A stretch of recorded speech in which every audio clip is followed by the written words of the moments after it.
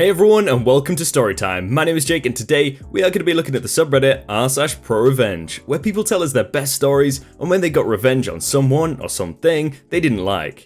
If you're new around here, please do hit subscribe down below so that you never miss out on another video. But for now, let's sit back, relax and enjoy some pro-revenge stories. This is a home, not a prison. Yet. Well, Mother's Day has come and gone once again. Children of all types have spent the day annoying their mothers enough that she is pleased to see them either leave or go back to their old routines and just leave her to peace. Now, I am not a mother myself, but if you have read my first ever post on Reddit, then you have all at least heard of my mother. If not, then let me tell you a tale. One of bratty kids, an overworked mother, and her revenge. Sit back, relax, because my mother can break your back. This is entirely true. She's a chiropractor. She actually learned how to break someone's neck and back to know the signs just in case she ever came close to actually doing it. Which, okay, wow, scary. But she learned it in a university setting on cadavers, so all good. Let's take a look back, way back, to the time of the first stirrings of the Y2K bug, where people believed that the world was going to end in a nuclear holocaust because the computers were going to be hit with 00 when the year 2000 came around. It was almost the summer of 1999, and I was just a twig of a child, mostly gangly limbs and big eyes, and all of 11-year-olds or so.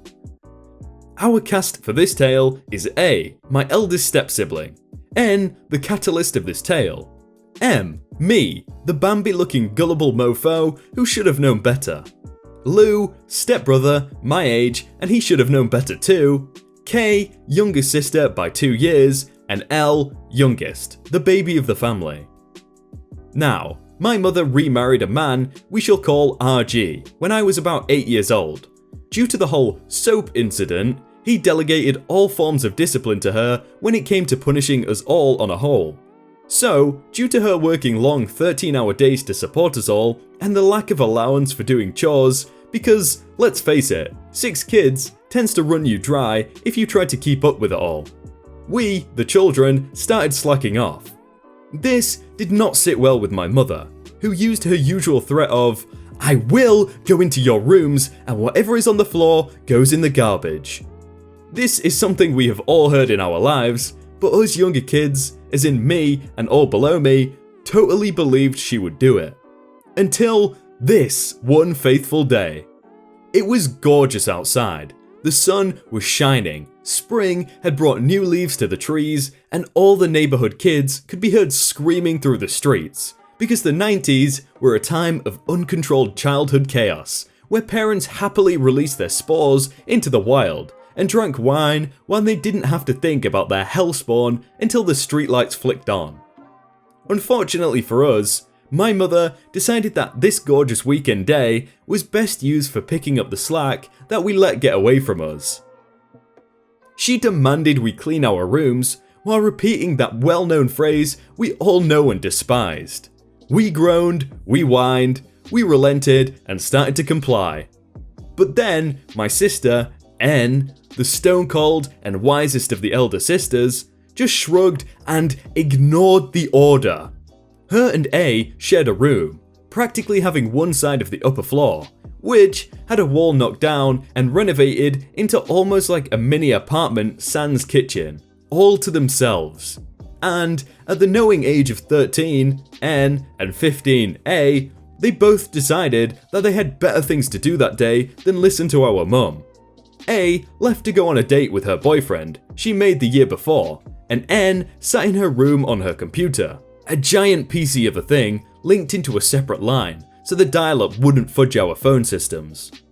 When we, the younger kids, started bugging her, shocked at her audacity, my sister N said these words: "It's not like she's actually going to throw all our stuff away. She paid for it all. She's not just going to toss it all out because that's a waste of money. This is a home, it's not a prison. She's not the warden and we don't have to do what she says." Then she left us standing there with our puny impressionable minds totally blown. We didn't have to do what Mum said? Is that even possible? My younger sister Kay and my brother Lou took this at face value and immediately took off. They were 11, Lou, and 9, Kay, and had friends waiting on them. They didn't have time to waste cleaning their rooms on an empty threat. Elle, only 7 years old, was more hesitant but was as easily distracted as I was, and we ended up playing Barbies for the rest of the day, totally forgetting about our worries until dinner time. Silence. Dinner was quiet. Awkward. Mum was angry the house did not get cleaned, and RG was ready to lay his hammer down at my mother's command. The interrogation went as expected, and Kay, our more, expressive sister, who had a bit of a wrath from the Ninja Turtles type of personality, blew up, figuratively, at my mother. "This is a home, Mum, not a prison, and it's my room." With this, dinner was concluded. Kay stormed off. Mum went quiet, and with the most Stepford wife smile ever, just asked us all if we felt this way.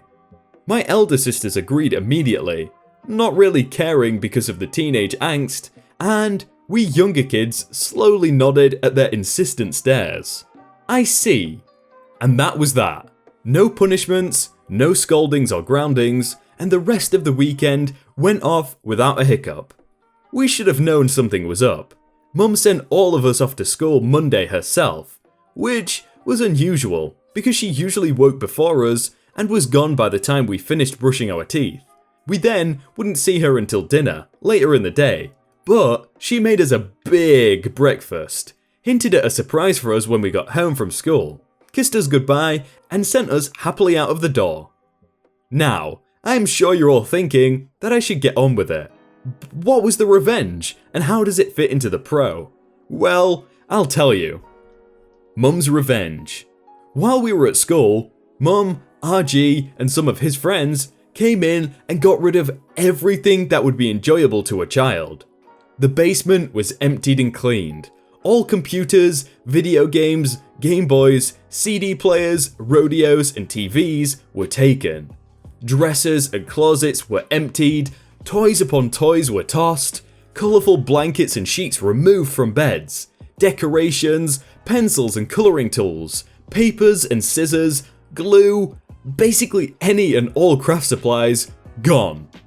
When we returned from home, RG was in his military uniform and accosted us as we came in through the door, pinned us to the wall and frisked each of us. Backpacks, candy, and everything we had on us were taken. My mother then handed us some grey pyjamas and ordered us to march into the bathroom to change. Terrified, we complied. The living room seemed so bare. The piano and recorder was gone, along with the TV.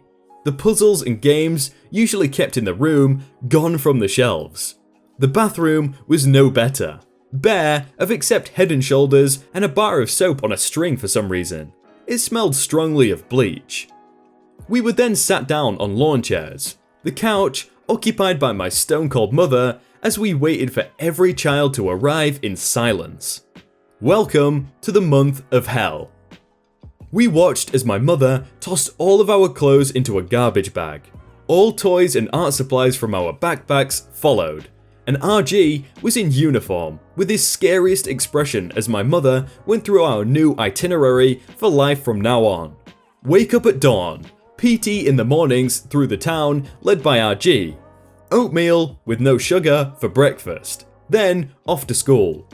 Drop off made to the classrooms by RG and pick up from the moment the bell goes at the end of the day. Lunch is roast beef sandwiches, barely any mayo and wilted lettuce. School has been informed to not give us anything and to take away anything not given to us by our parents. Once home, we are each assigned a room to clean. Our bags taken and checked for contraband. Room clean, PT on the backyard, a deflated soccer ball as a toy.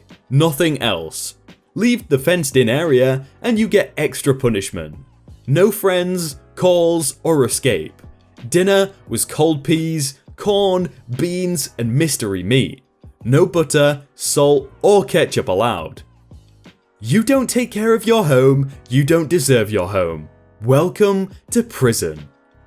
Homework was done at the table, use of pencils and paper regulated, and inventory counted. Bedtime was at 6, lights out at 7, and all the doors locked until morning. Bathroom must be used before bed, or you have to go in the pot put in your room. It is up to you to keep it cleaned. We had 2 sets of PJs we went to school in, all grey and a set for bed. It was up to us to keep them clean. Uniform must be maintained, hair must be maintained, our grades must stay high, no excuses, no exceptions. By the time a week was up, she had broken us. N and A had stayed stubborn, but even they broke by the second week. Then the appeals. You want release? Write us an essay on why you think you're ready to return to society. Then an interview to determine leniency. Myself and my younger sister Elle managed to be allowed outside beyond the yard. It took several days for the others to follow. By the end of the month, we were ready to do anything my mother asked us to. Then, on the same day as last time, she and RG came into our rooms and dumped garbage bags upon garbage bags. Every book to every Lego was in there, marked with our names. All our stuff was brought back, and my mother dumped them all out onto the floor and said, "When I come back up here, whatever is on the floor goes in the garbage." We cleaned that ish up fast. We never ignored our chores again. This person lives in like a sitcom episode. Imagine being that child, you'd just be like crying and that would be awful. But I guess in the end, people have different ways of parenting and it worked. Hey everyone, I hope you all had a really good day and that you enjoyed that video. If you want to check out some other videos, then click on screen right now or check out the playlist down below. If you enjoyed that video, then please do leave a like. And if you want to submit your own stories, then you can do so by joining the Discord in the top link in the description. But thank you so much for watching and I will see you very soon.